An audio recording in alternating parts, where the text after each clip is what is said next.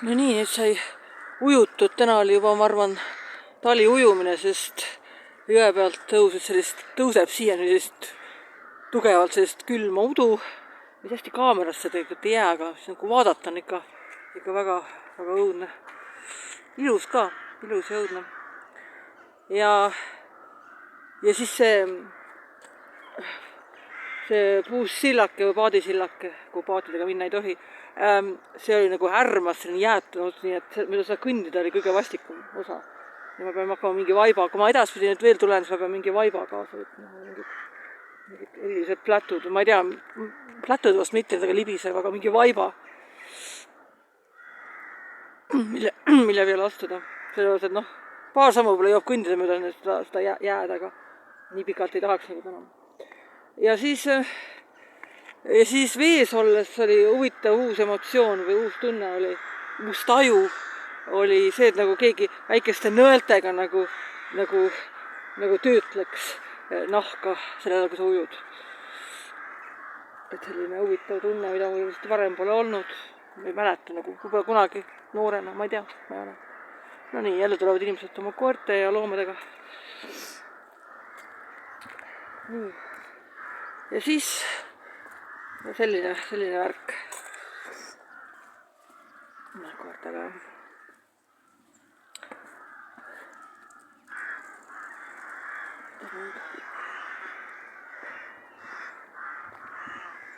Ja selline karm.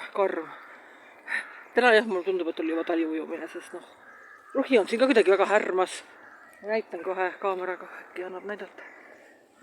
Siis kaamera võtab ka nagu halvasti kõik.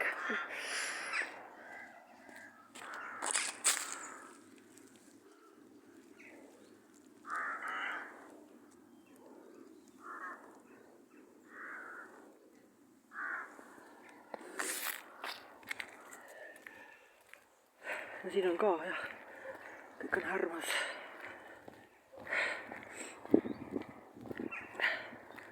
Ma eile Eestis,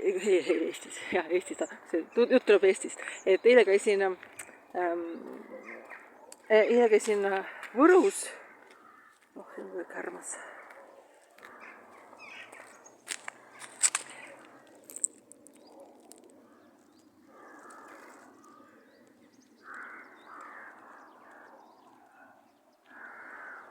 Vist äkki jäi midagi näha.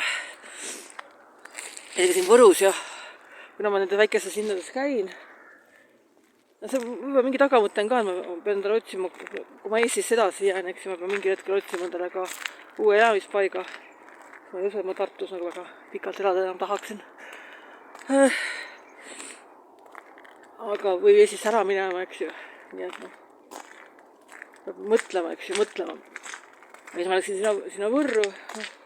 Võrus ma olen varem ka käinud, aga see on Katariina kohvikus on moonisaia, või isegi mitu, sest Eesti Vabariik kõige parimad ja elutan Tammule ääres ja tasus ära ikka minna. Ja ma hakkasin mõtlema, et seoses oma nende reisidega Eesti väikelinnadest, et kus elavad kõige eestlaslikumad eestlased. Ma arvan tegelikult, et Võrus elavad kõige eestlaslikumad, et see ei ole nagu selles mõttes, et Kärdla meeldib mulle kõige rohkem linnas, aga Kärdlas on väga toos Rootsi tugev, aga mingi Rootsi vaib on ka sees. Aga kõige võib-olla eestlaslikumad on Võru, see on võru keel tegelikult, aga nad enamasti räägivad seal ikkagi eesti keelt.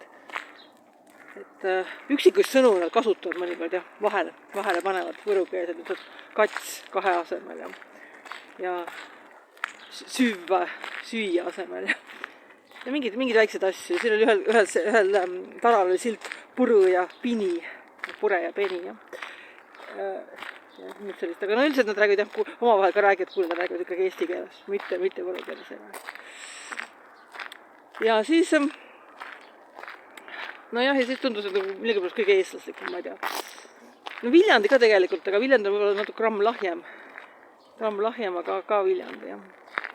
Ja see on ka huvitav Eestis praegu selline poliitiline olukord, poliitikast on vastik rääkida, aga kogu elu on tegelikult poliitika.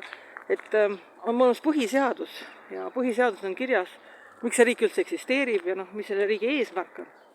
Ja siis see on teada, et see on Eesti rahvus, Eesti on küll väikese tähega, et ei tekiks mingit kahtlust, kellest on jutt, eks ju, ja rahvas asemel tuleb rahvus, jällegi natuke teine asi kui rahvas, eks ju, või palju teine asi. Ja noh, eesti kultuur, eks ju. Kõige hägusam, mis on eesti kultuur, aga noh, ka see pole tegelikult väga hägune mõista. Aga kui rääkida kas või eesti rahvusest ja eesti keeles, siis on ju asi väga, väga selge, kuhu tuleb. Ja kõik parteid,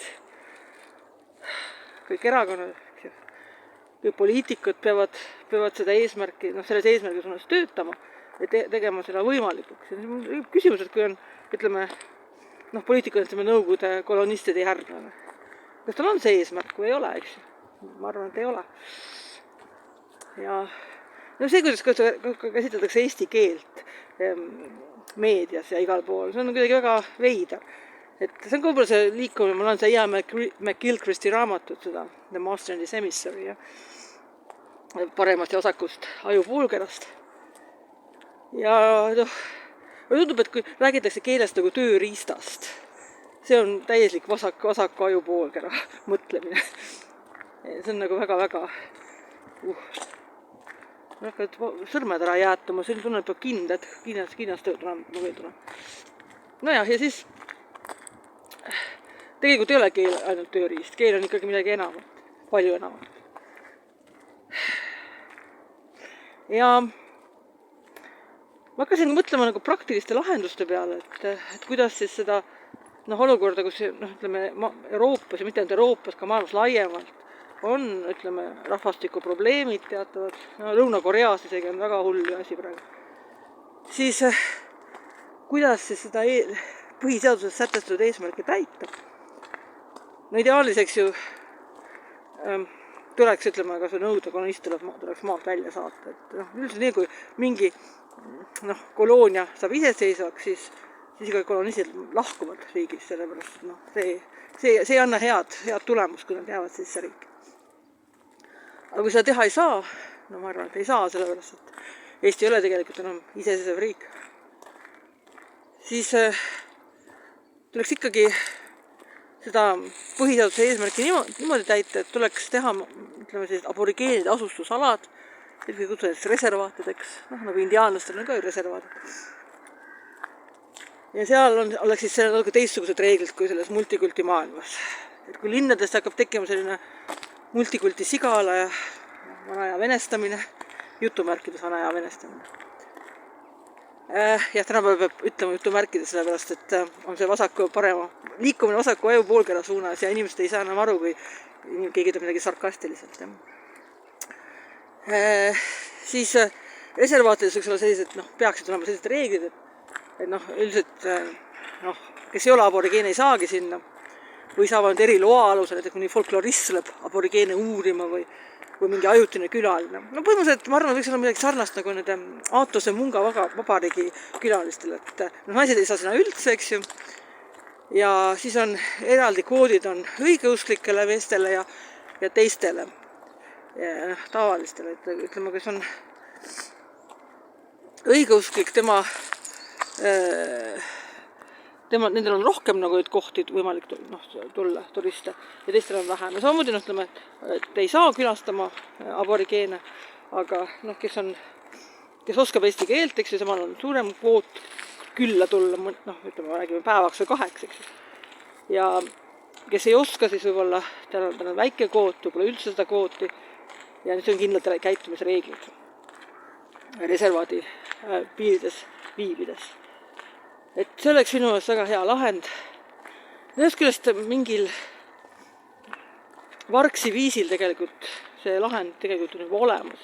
Et kuna riik ei ole seda midagi teinud, et eestlasi päästa. Ja seda asemel teeb mingid meie inimeste ideoloogiat ja tühjade südamete ideoloogiat ja Eesti inimeste ideoloogiat ja ma ei tea, mis õuduste ideoloogiat. Inimesed ise, ma vaatan, kuidas eestlased ise käituvad. Eestlased ise tõmbuvad, eks oma ette ja tõmbuvad tagasi. Näiteks kui minult küsitakse praegu, kas ma tahaksin minna elama tagasi Tallinnasse. Vastus on ei, see tekitab mul puhast õuduse mõte. Ma olen mõnikord noored, kes on võib-olla 20-sed, 25-sed, isegi võib-olla 30-sed. Jah, 30-sed noored juba. Ja nemad ei mäleta seda teist aega. Ma võin öelda, et mina lahkusin Tallinnast 2004. aastal kui ma siin elame välismaal. Ja kui selle hetkeni oli Tallinn ikkagi, ma ütleksin, eestikeelne linn. Ja see küsimus, aga siis vastatakse mingi statistikud on kogu aeg, eks ju, et on venelasi ja niimoodi vene keelt. Ja siis esiteks on kaks asja, mille peab kohe vastama. Esiteks on see, statistika Eesti Vabariigis on suuresti vale. Et seda näidatakse asju meelega. Näiteks, kes elab linnas, on kohe lihtsalt, et kõigil on sisse kirjutuseks, kes tegelikult võib selle viibi ja siis väljavad igast ajutised töölised. Ja sellega on võimalik väga suurt sahkermahkerit. Ja teine on see, et kuigi seal oli, eks ju, venelasi ka tol ajal, eks ju, siis oli olemas selline nagu segregatsioon. Või selle peale mõned kohe tarduvad õudusest, segregatsioon on nii halb ja paha ja kole ja õudne. See tegelikult ei ole, sest kui sul on valida oma sõpru ja kes abiellub kellegiga ja kõik see on ka tegelikult segregatsioon. Segregatsioon on siis paha, kui sellest ei saa välja. Et kui see on nagu paratamatu. Aga kui sa saad sellest välja, teisiti käitudes, teistsugune inimene olles, siis see ei ole paha, see on väga-väga hea. Ja see tegelikult päästab. Segregatsioon on peenral ka, et sa ei lase umbrohtu peenrale, sellepärast, et see taimed surevad ära. Nii. Ja selle tõttu, ma ütleksin, et oli ikkagi eestikeelne linn, et sa kõndisid täna, sa kuulsid kogu aeg eesti keelt igal pool, eks.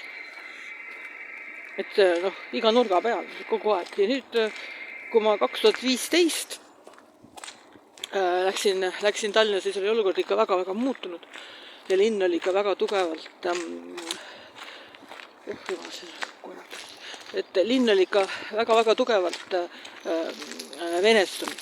Ja kui ma tulin Piritalt, ma mäletan mööda seda teed, tulin linna poole ja iga inimene, kes läks vene keelt, see oli šokk. See oli šokk. Ja see nähta venelaste ülvust ja see oli nagu, ja isegi kui sa ei näinud selle hetkel, kui sa olid nagu täiesti ihuvüksinast, tundsid see linnas on see linna see võnkumine, see vaib, see on nagu vene vaib on nagu siia peale tulnud. Et see oli suhteliselt oli väga vastik ja väga õudne ja hirmuäratav, see oli nagu õudusfilmi läks tulnud. Ja kogu selle värgile oli lisandunud selleks hetkeks, ütleme, läänestunud inimesed, kes olid ka nagu ülbed ja üleolevad eestluse ja eesti keele vastu. Tegude tasand. Ja see on ka tegelikult Ian Gilchrist'i raamatus kirjas, et kellel on see domineeriv vasak aju poolkera, ta näeb teisi inimesi nagu objekte, nagu saakloomi. Kellest saab midagi kasu ja see on nagu umbes see, et keegi helistab ja sa küsib, mis sa tahad. Aga võib-olla ma helistan selleks, et inimesega suhelda lihtsalt. Et see ei tule nagu pähe. Ma ei taha alati inimesest midagi, kui ma nendega kontakti võtan. Ma tahan lihtsalt nendega, isegi näeme inimesed nagu suhtluspartnerid, nagu subjekti, eks ju. Sellel on see domineeriv, kõige parem ajupool. Midagi sellist. Või vähemalt on nad kuidagi korralikult mõlemad töötavad, nagu peab. Ja siis see on lastud nohama selline venestamine ja multikulti värk. Ja siis ainuke lahend, mida ma realistlik lahend, mida näen, ongi reservaatidesse tõmbamine. Praegu on inimesed ise seda teinud.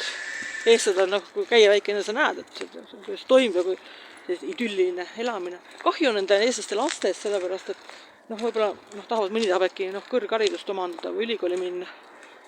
Ja siis peab minema kuskile Tallinnasse näiteks, mis on võib-olla väga suur šokk. Näiteks, kui ma kujutan, et kui Võrus üles kasvanud lapsukene, 18-aastane läheb Tallinnasse ülikoolist, ta saab närvivapustuse. Ta on läbi omadega kööga.